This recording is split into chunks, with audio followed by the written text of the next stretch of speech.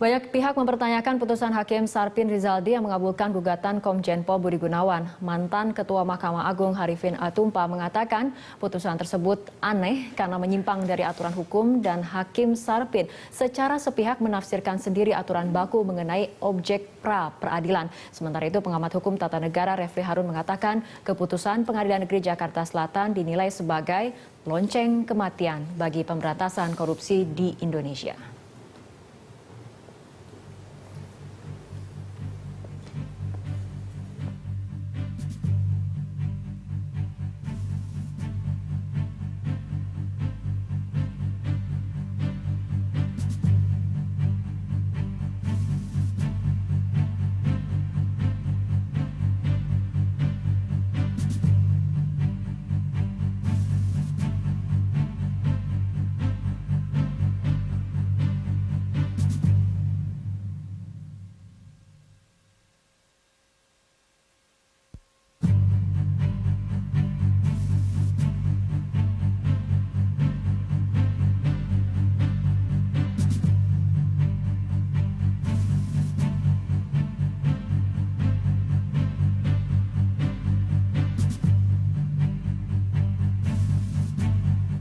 Dialog kembali kami lanjutkan, Pak Kudri. Tadi seperti dilihat dalam pernyataan dari mantan Ketua MA mengenai objek pra-peradilan sendiri, ini memang kemudian banyak yang menjadi sorotan. Bagaimana kemudian ternyata Hakim Sarpin ini memasukkan kasus ini ataupun Komjen Pol Budi Gunawan ini dalam kasus ataupun objek pra-peradilan seperti itu. Iya, mungkin saya agak menjelaskannya harus nggak bisa dengan waktu yang dengan kata-kata yang pendek, ya.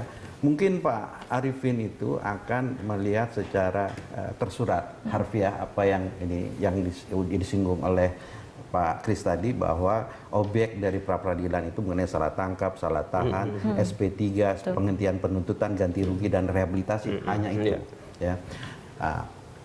Tetapi kita harus mengetahui bahwa hukum acara pidana tidak hanya diatur oleh Undang-Undang 8 tahun 81 yang kita KUHP itu diatur juga di beberapa undang-undang.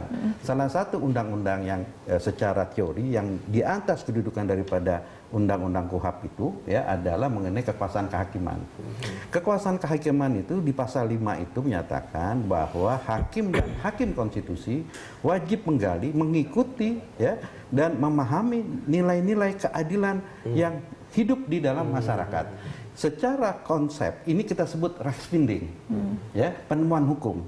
Nah, tetapi ada yang berpendapat bahwa apa yang dilakukan oleh Hakim Sarpin ini bukan rechtsbinding karena sudah ada diatur secara limitatif. Artinya ya yang kita sebutkan tadi. Tetapi kalau kita lihat lagi merujuk kepada undang-undang yang lebih tinggi yaitu konstitusi pasal 24 ya Undang-Undang 45 yang sudah amandemen menyatakan kekuasaan kehakiman adalah kekuasaan yang merdeka untuk menyelenggarakan peradilan ya guna menegakkan hukum dan keadilan. Artinya kemudian ketika pra-peradilan ini dimenangkan oleh Komjen Pol Budi Gunawan, artinya apakah kemudian untuk kemudian hari tersangka dari mungkin tersangka ditetapkan oleh polisi, tersangka ataupun tersangka korupsi yang ditetapkan oleh KPK, kemudian akan bisa berbondong-bondong masuk ke sidang pra-peradilan mempertanyakan bagaimana status tersangka mereka seperti itu? Ya. Jadi memang menjadi pekerjaan hakim dan ini. Saya juga tidak sependapat dengan Refli. Tidak otomatis ini lonceng kematian. Tetap ada ininya penjaga keadilan yang terakhir itu adalah hakim, ya kan? Tidak semua kasus mungkin bisa dikabulkan seperti kasusnya Pak Budi Gunawan. Kan kita dengar beberapa alasan kenapa, ya, misalnya alasan-alasan pengajuan sebagai tersangka. Dalam kasus-kasus yang lain belum tentu. Jadi tidak otomatis, ya. Walaupun ini kemudian membuka celah yang sangat lebar untuk para tersangka untuk mempertanyakan status ini tersangka. Akan merubah ini. Satu hal lagi bahwa ya di dalam rancangan undang-undang perubahan KUHP ya itu kompetensi yang ini termasuk sebenarnya. Dan mesti diingat juga bahwa KUHP ya Undang-Undang 8 tahun 81 ini dibuat di dalam rezim yang tidak demokratis.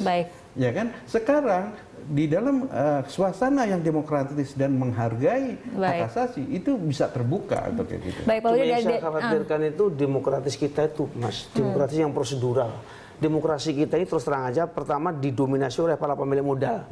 Ya, setiap rekrutmen politik modal begitu banyak, tidak ngerti dari mana asal usulnya. Baik, Mas Kris, kita kembali tapi ini kemudian bisa menjadi apa? Bisa menjadi bola liar yang kemudian mematikan demokrasi itu sendiri. Nah, Mas Kris, apakah kemudian putusan peradilan hari ini akan semakin membuat posisi politik dari Presiden Joko Widodo ini semakin terbebani, semakin terjepit secara politik atau bagaimana? Tentu semakin terjepit. Tapi saya kira kalau Pak Jokowi itu memegang mandat rakyat dan juga masih percaya kepada Ibu Megawati, bahwa Ibu Megawati mewakafkan Jokowi kepada rakyat Indonesia sebagai presiden. Apa itu artinya? Menjadi kepala pemerintahan, penguasa pemerintah tertinggi. Apa itu maksudnya? Menjadi Panglima Tinggi Angkatan Darat, Laut, Udara Republik Indonesia. Ya, jadi silakan kepada dia. Dan didukung lagi. Ibu Megawati sudah mendukung dia, orang yang biasa, bukan lingkaran dalam PDIP, bukan pengurus, jadi presiden. Ibu Megawati dituntut sekarang ini. Bagaimana membela Pak Jokowi, ya kan? Agar apa? Agar dia di dalam memutuskan apa saja diberi kebebasan. Saya dukung di belakang kamu. Oke, ini kondisinya saat ini Komjen Pol BG sudah menang di sidang pra peradilan. Apabila Presiden memilih untuk kemudian tetap tidak melantiknya sebagai Kapolri, apa kemudian konsekuensinya? Apa dampaknya? Oh, dampaknya itu bermacam-macam. Tentu ada yang orang yang secara membabi buta mendukung calon yang dulu tersangka KPK, tentu akan sangat kecewa. Tetapi juga si pihak lain tentu ada masyarakat yang kemudian masih merasa bahwa ini ada harapan ya KPK itu bagaimanapun juga dicoba dibongkar, tapi tetap masih ada kepercayaan masyarakat dan sebagainya.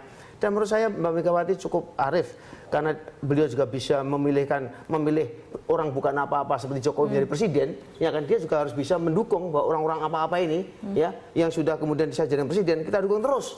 Supaya dia bisa memutuskan sesuai dengan apa yang betul-betul menjadi nurani dia ini. Oke, Mas Kris dan juga Pak Kudri, kita akan lanjutkan perbincangan tapi kita ikuti jeda berikut terlebih dahulu.